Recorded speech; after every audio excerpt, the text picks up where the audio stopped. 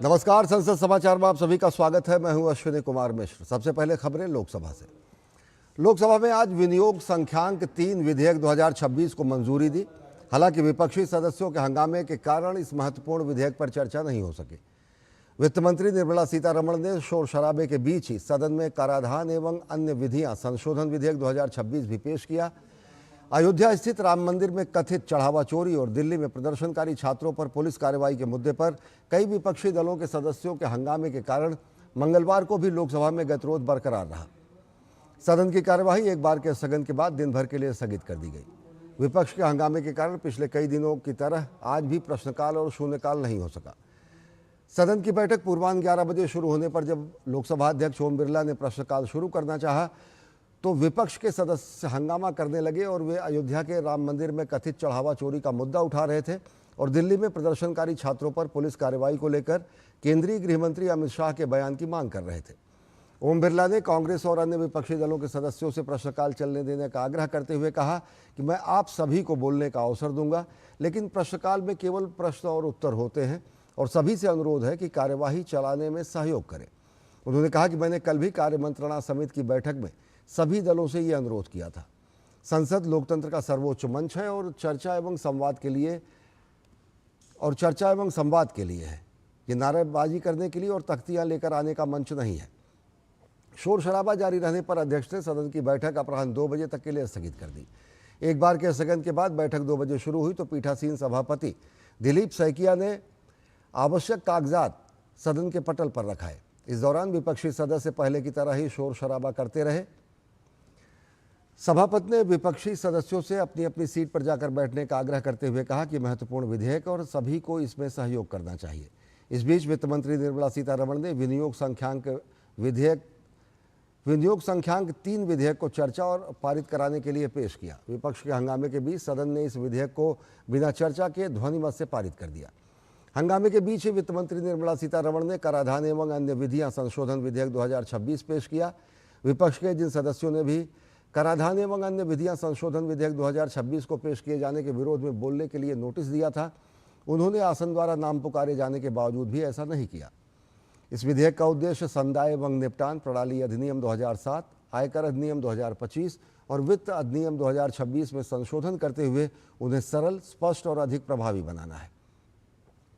यह मुख्य रूप से कर प्रशासन को सुव्यवस्थित करने और आयकर कानूनों में आवश्यक बदलाव करने के लिए लाया गया है।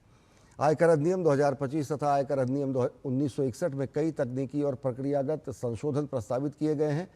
इसके तहत कर निर्धारण, अपील, दंड एवं अभियोजन से संबंधित प्रावधानों को अधिक स्पष्ट और सरल बनाया गया है। कुछ मामलों में दंड की राशि बढ़ाने तथा कुछ मामलों में कर के दरों का युक्तिकरण करने का प्रस्ताव है।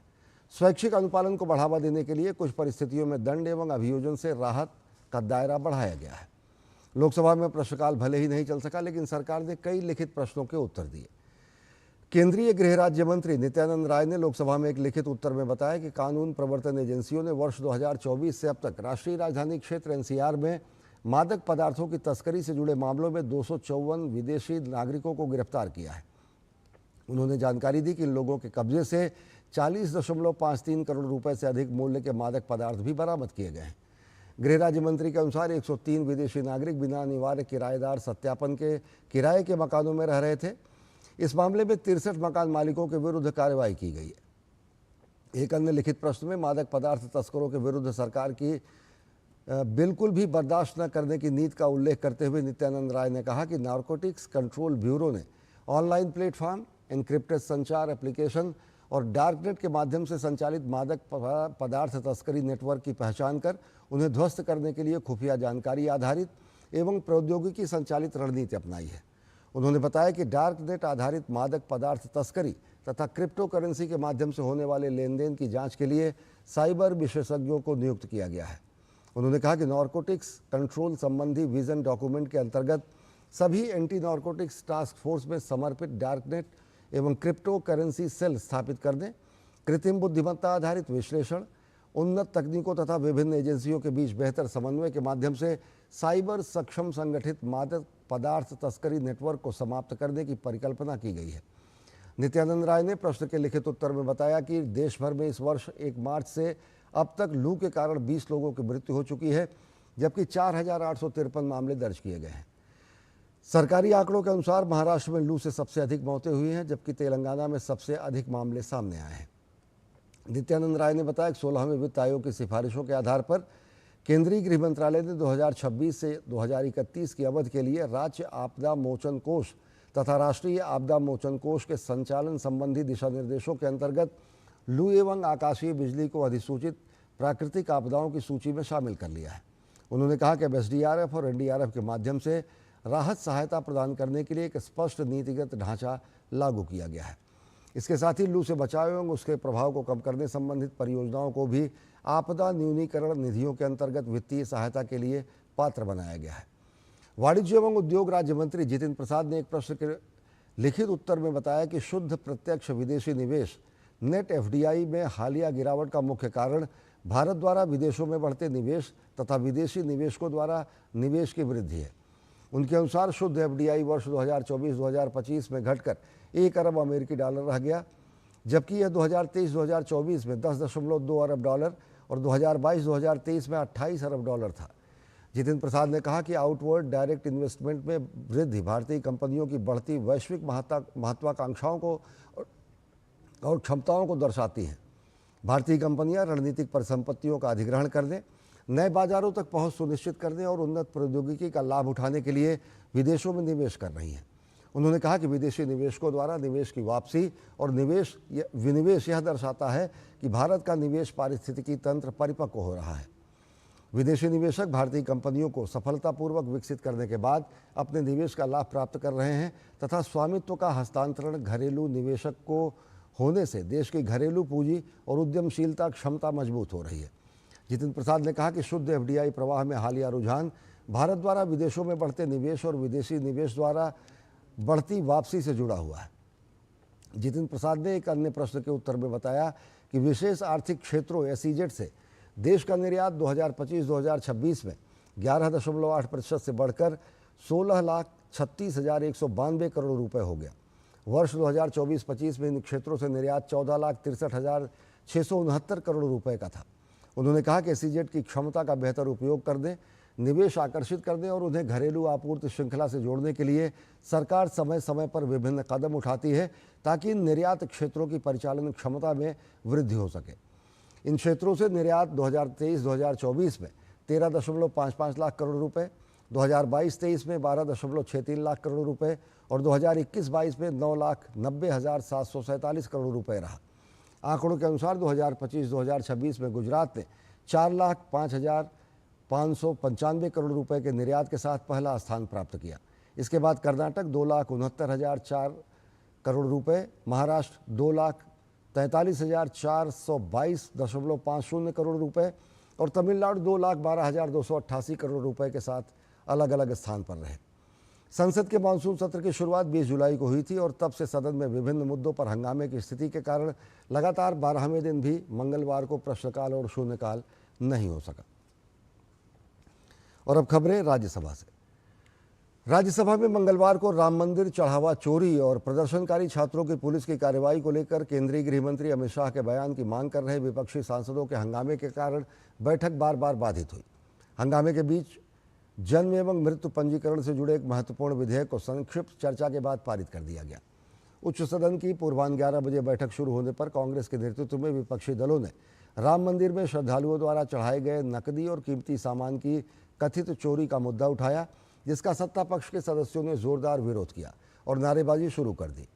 हंगामे के बीच सभापति CP राधाकृष्णन ने नेता प्रतिपक्ष मल्लिकार्जुन खड़गे से अपनी बात रखने को कहा।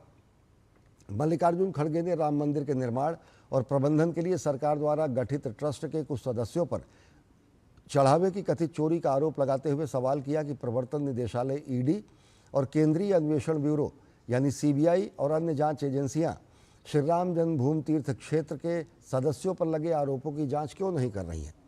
इसके बाद संसदीय कार्य मंत्री किरेन रिजिजू ने सभापति की अनुमति से बोलते हुए कहा कि विपक्ष जिस मुद्दे को बार बार उठाने की कोशिश कर रहा है उसे सदन में उठाने की अनुमति नहीं दी जानी चाहिए। संसदीय कार्य मंत्री ने आरोप लगाया कि कांग्रेस और समाजवादी पार्टी ने हमेशा भगवान श्री राम का अपमान किया और राम मंदिर निर्माण का विरोध किया। उन्होंने कहा कि अब ये दल चंदा चोरी के मुद्दे पर नाटक कर रहे हैं। इस बीच द्रविड़ मुनेत्र कड़गम के सदस्य तिरुचु शिवा ने तमिलनाडु के पूर्व मुख्यमंत्री एम.के. स्टालिन के पुत्र उदयनिधि स्टालिन के हिरासत में लिए जाने का मुद्दा उठाने का प्रयास किया, लेकिन सभापति ने इसकी अनुमति नहीं दी। हंगामे के बीच शून्यकाल में 2 सदस्यों ने लोक महत्व के मुद्दे उठाए। भाजपा की सीमा द्विवेदी ने देश में परिवहन तंत्र के समग्र विकास के लिए एक परिवहन आयोग गठित करने की मांग की। उन्होंने कहा कि परिवहन व्यवस्था को अधिक प्रभावी, सुरक्षित और आधुनिक बनाने के लिए एक समर्पित आयोग का गठन समय की मांग है। भाजपा की ही गीता उर्फ चंद्रप्रभा ने कहा कि उत्तर प्रदेश के औरैया जनपद में कौशल विकास केंद्र खोलने की मांग करते हुए कहा कि जिले में विकास कार्य तेजी से हो रहे हैं तथा शिक्षा, सड़क एवं अन्य बुनियादी सुविधाओं का विस्तार हुआ है। उन्होंने कहा कि औरैया में बड़ी संख्या में युवा तकनीकी प्रशिक्षण प्राप्त करने के इच्छुक हैं। इस बीच सदन में हंगामा जारी रहने के कारण सभापति ने सदन की कार्यवाही दोपहर 12 बजे तक के लिए स्थगित कर दी। सदन की बैठक दोपहर 12 बजे फिर शुरू हुई तो सदन में विपक्षी सदस्यों का हंगामा जारी रहा। हंगामे के बीच ही सभापति राधाकृष्णन ने प्रश्नकाल शुरू कराया। कुछ सदस्यों ने पूरक प्रश्न भी पूछे और वित्त मंत्री निर्मला सीतारमण तथा शिक्षा मंत्री प्रहलाद जोशी ने उनके जवाब भी दिए। प्रश्नकाल के दौरान लगातार नारेबाजी और शोर शराबे के बीच सभापति ने सदन की कार्यवाही दोपहर 2 बजे तक के लिए स्थगित कर दी। दोपहर के स्थगन के बाद दोपहर 2 बजे बैठक शुरू होने पर उपसभापति हरिवंश की अनुमति से गृह राज्य मंत्री नित्यानंद राय ने जन्म एवं मृत्यु पंजीकरण संशोधन विधेयक 2026 को चर्चा एवं पारित कराने के लिए पेश किया, किंतु सदन में विपक्षी सदस्यों का हंगामा और नारेबाजी जारी रही। हंगामे के बीच विधेयक पर हुई संक्षिप्त चर्चा में भाजपा की दर्शना सिंह, विश्वजीत सिन्हा, साधना सिंह, तृणमूल की ममता ठाकुर, द्रमुक के तिरुचु शिवा, बीजेपी के संतृप्त मिश्रा, वाईएसआर कांग्रेस पार्टी के मेदा रघुनाथ रेड्डी, अन्ना द्रमुक के M Thambidurai, M Dhanapal, BRS के रविचंद्र वद्देराजू, माकपा के वी सदाशिवन, यूपीपीएल के प्रमोद बोरो और शिवसेना की ज्योति नागनाथ वाघमारे ने चर्चा में हिस्सा लिया।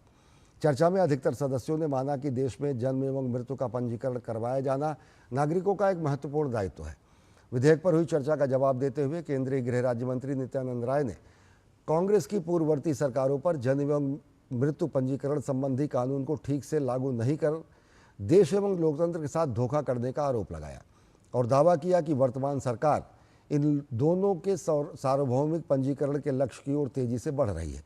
उन्होंने कहा कि विलंब से जन्म एवं मृत्यु पंजीकरण कराने से होने वाले दुरुपयोग को रोकने के लिए इसमें कई प्रावधान किए गए हैं। उन्होंने कहा कि कुछ पार्टियां चाहती हैं कि जिन बच्चों का जन्म किसी अन्य देश में हुआ है, ऐसे बच्चों का भी जन्म भारत में दिखाया जाए और इसके लिए कानून की खामियों का फायदा उठाया जाता है। उन्होंने आगाह किया कि अब ऐसा नहीं हो पाएगा। उन्होंने स्पष्ट किया कि इसमें किसी भी सही व्यक्ति के लिए कोई रोक नहीं है तथा इस प्रक्रिया का डिजिटलीकरण किया जा रहा है। उन्होंने कहा कि देश में 3.5 लाख से अधिक पंजीकरण केंद्र हैं। उन्होंने सदन को सूचित किया कि देश में जन्म पंजीकरण स्तर 2014 में 86.6% था, जो 2024 में बढ़कर 99.8% हो गया है। उन्होंने कहा कि मृत्यु के मामले में आंकड़ा क्रमशः 72.5% था, जो बढ़कर 99.4% हो गया है। नित्यानंद राय ने आरोप लगाया कि कांग्रेस की पूर्ववर्ती सरकारों ने जन्म एवं मृत्यु प्रमाण पत्र के माध्यम से देश एवं लोकतंत्र के साथ धोखा किया। नित्यानंद राय ने कहा कि सरकार जन्म एवं मृत्यु के सार्वभौमिक लक्ष्य की ओर तेजी से आगे बढ़ रही है। उन्होंने कहा कि जन्म या मृत्यु होने के 2 वर्ष के बाद ये सूचना दी जाती है, तो ऐसे मामलों में केवल प्रथम श्रेणी न्यायिक मजिस्ट्रेट के आदेश पर ही रजिस्ट्रार पंजीकरण करेंगे। उन्होंने कहा कि इस विधेयक में जन्म एवं मृत्यु के 2 वर्ष के भीतर सूचना देने वाले मामलों में जो पुराने प्रावधान लागू हैं, उनमें कोई परिवर्तन नहीं किया गया है। उन्होंने 2 साल की अवधि के वाले मामलों के लिए प्रावधानों में बदलाव करने का कारण स्पष्ट करते हुए कहा कि देश चाहता है कि भारत माता की गोद में पैदा होने वाली हर संतान का रजिस्ट्रेशन हो। ये मोदी सरकार का संकल्प है। साथ ही जिसकी मृत्यु हो जाती है वह भूत बनकर तुष्टीकरण वाली पार्टियों का मतदाता बना रहता है। ऐसे भूतों से देश छुटकारा चाह रहा है। गृह राज्य मंत्री ने कहा कि इसलिए समय से मृत्यु का पंजीकरण भी जरूरी है। नित्यानंद राय के जवाब के बाद सदन ने इस विधेयक को ध्वनिमत से पारित कर दिया। विधेयक लोकसभा इसे पहले ही पारित कर चुकी है। इस विधेयक का उद्देश्य जन्म एवं मृत्यु पंजीकरण अधिनियम 1969 को संशोधित कर विलंब होने वाले पंजीकरण के प्रावधानों को कड़ा बनाना है। उच्च सदन में ये विधेयक पारित होने के बाद विपक्षी सदस्यों का हंगामा और नारेबाजी जारी रही। हंगामा थमते न देख उपसभापति हरिवंश ने बैठक को पूरे दिन भर के लिए स्थगित कर दिया। संसद समाचार में फिलहाल इतना ही। नमस्कार।